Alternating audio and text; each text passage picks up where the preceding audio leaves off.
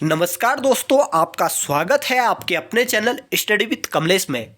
देखिए दोस्तों, हमारी एक सीरीज चल रही है यूनिक प्रश्नों को लेकर, जो आपके यूके पीएससी और यूके ट्रिपल एससी के सिलेबस पर आधारित है, जो कि आपके ग्रुप सी के एग्जामों से संबंधित है। मुख्य रूप से हमने अभी आपके 12 फरवरी को होने वाले पटवारी लेखपाल के एग्जाम को टारगेट किया हुआ है और मुख्य रूप से आपके सिलेबस में 40 नंबर का जो पोर्शन है जीके जीएस का, हमने वहां से इन प्रश्नों को लिया है। तो आइए शुरू करते हैं इन प्रश्नों को। तो पहला प्रश्न है, भारतीय मानक समय आईएमटी की यानोत्तर रेखा किस राज्य से होकर नहीं गुजरती है? तो आपको बता दें दोस्तों, ये महाराष्ट्र राज्य से होकर नहीं गुजरती है, जबकि 5 राज्यों से होकर गुजरती है, जिसमें आंध्र प्रदेश है, इसके अलावा छत्तीसगढ़ है, उत्तर प्रदेश है, इसके अलावा ओडिशा राज्य है और मध्य प्रदेश है। आइए अगले प्रश्न को देख लेते हैं। अगला प्रश्न है, दरअसल राज्य क्षेत्र हो गया, संघ राज्य क्षेत्र होना चाहिए था।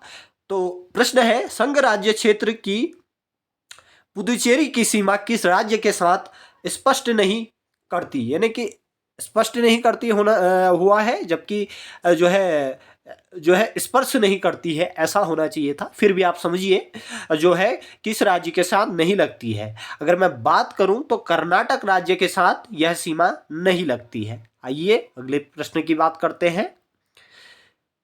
प्रश्न है, भारत का वह कौन सा स्थान है जहां बंगाल की खाड़ी, अरब सागर तथा हिंद महासागर मिलते हैं? तो दोस्तों, वह स्थान है कन्याकुमारी। कन्याकुमारी में अरब सागर, इसके अलावा बंगाल की खाड़ी, हिंद महासागर तीनों मिलते हैं। आइए अगले प्रश्न पर बात करते हैं।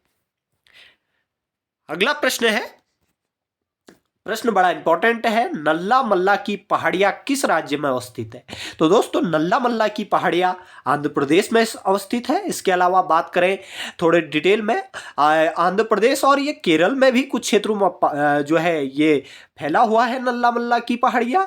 और यहाँ पर रहने वाली जो मुख्य रूप से जनजातीय समुदाय है, वो चेचू समुदाय के लोग रहते हैं, चेचू जनजाति के लोग रहते हैं।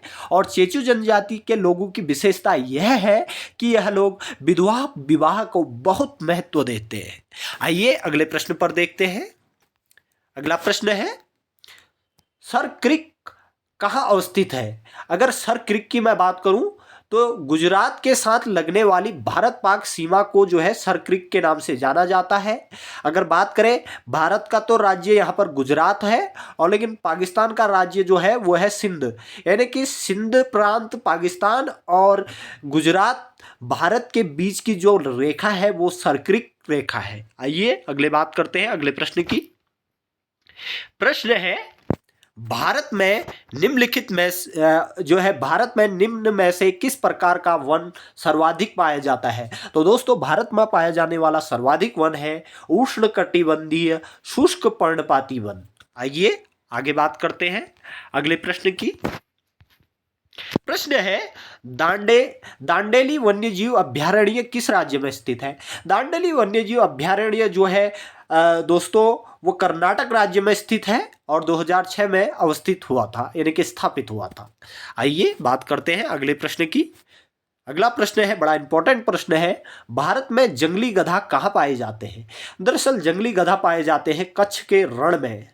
आइए, जो कि गुजरात राज्य में अवस्थित है। आइए अगले प्रश्न को देखते हैं।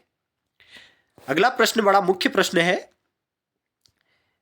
प्रश्न है, भारत में सबसे पहला बायोस्फीयर रिजर्व कहाँ स्थापित किया गया था? तो भारत में सबसे पहले बायोस्फीयर रिजर्व स्थापित किया गया था नीलगिरी की पहाड़ियों पर। आइए बात करते हैं अगले प्रश्न की।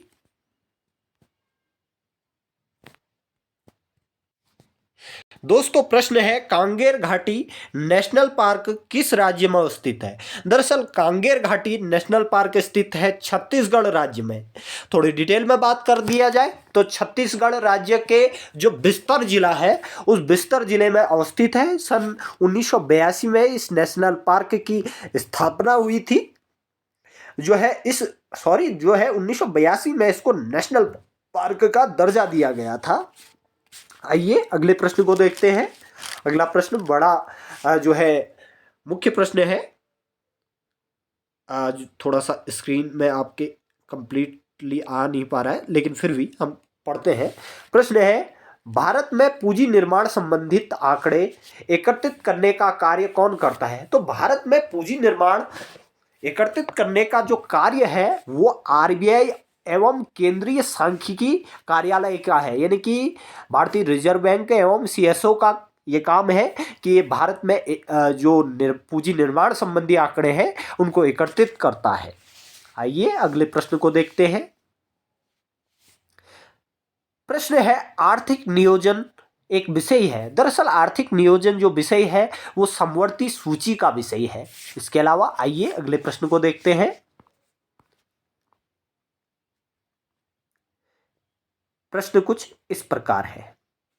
प्रश्न है, भारतीय औद्योगिक वित्त निगम किस रूप में कार्य करता है? दरअसल भारतीय औद्योगिक वित्त निगम जो है एक विकास बैंक के रूप में कार्य कर रहा है वर्तमान समय में। आइए अगले प्रश्न को देखते हैं। प्रश्न है, भारत में कौन सा कृषि वित्त का स्रोत है? तो भारत में कृषि वित्त का स्रोत सरकारी समितियां भी है, व्यापारिक बैंक भी है, इसके अलावा क्षेत्रीय ग्रामीण बैंक भी है। इसका उत्तर हो जाएगा उपरोक्त में से सभी, ये सभी इसके उत्तर हो जाएंगे। आइए अगले प्रश्न को देखते हैं। दरअसल झूठ हो गया, झूठ होना चाहिए, यहां पर आप याद करेंगे झूठ। प्रश्न है, जूट कृषि अनुसंधान कहाँ स्थित है? दरअसल जो जूट कृषि अनुसंधान केंद्र है वो स्थित है बैरकपुर, पश्चिम बंगाल में। आइए अगले प्रश्न को देखते हैं। प्रश्न बड़ा इंपॉर्टेंट है। प्रश्न है, राष्ट्रीय किसान आयोग का गठन कब हुआ? तो दोस्तों राष्ट्रीय किसान आयोग का गठन हुआ था सन 2004 में। अगले प्रश्न की बात करते हैं। प्रश्न है, भारतीय हीरा संस्थान कहाँ स्थित है? तो भारतीय हीरा संस्थान स्थित है सूरत में। सूरत में स्थित है भारतीय हीरा संस्थान। आइए बात करते हैं अगले प्रश्न की। प्रश्न है, भारत का आर्थिक सर्वेक्षण कौन प्रकाशित करता है? तो भारत का जो आर्थिक सर्वेक्षण प्रकाशित करता है वो वित्त मंत्रालय करता है। इसके अलावा आइए अगले प्रश्न को देखते हैं, जो है प्रश्न नंबर आपका 19। प्रश्न है, राज्य सरकार का संवैधानिक प्रमुख कौन होता है? तो राज्य सरकार का संवैधानिक प्रमुख होता है राज्यपाल, जबकि केंद्र सरकार का संवैधानिक प्रमुख होता है राष्ट्रपति। तो दोस्तों आइए अगले प्रश्न को देखते हैं। ये जो है आज का हमारा अंतिम प्रश्न होगा। प्रश्न है, किसी राज्य के राज्यपाल द्वारा जारी अध्यादेश का अनुमोदन होना आवश्यक है? तो किसी राज्य के राज्यपाल द्वारा जो जारी अध्यादेश उसका अनुमोदन करना होना आवश्यक है उस राज्य के विधानमंडल द्वारा। तो उस राज्य के विधानमंडल द्वारा ये जो है अनुमोदन होना बहुत आवश्यक है। तो दोस्तों आज के लिए इतना ही। हमें हो सकता है कि अभी जो है हम एक और वीडियो अपलोड करें आपके लिए महत्वपूर्ण प्रश्नों को लेकर। तो दोस्तों अगर आपको ये वीडियो पसंद आ रही है तो आप हमारे जो है चैनल को सब्सक्राइब कीजिए, लाइक कीजिए और हमारी बेहतरीन मोटिवेशन के लिए अपने दोस्तों को शेयर भी कीजिए। दोस्तों होता क्या है कि शेयर करने से हमारा मोटिवेशन बढ़ता है और हमारा जो है काम करने की इच्छा और जाहिर होती है, जिससे हम बेहतर काम करने के लिए तत्पर होते हैं। और इनमें से किसी प्रश्न पर अगर आपको डाउट है, उसके उत्तर पर आपको डाउट है, तो आप कमेंट बॉक्स में आप अपना आंसर दे सकते हैं। तो दोस्तों आज के लिए इतना ही। बहुत बहुत धन्यवाद।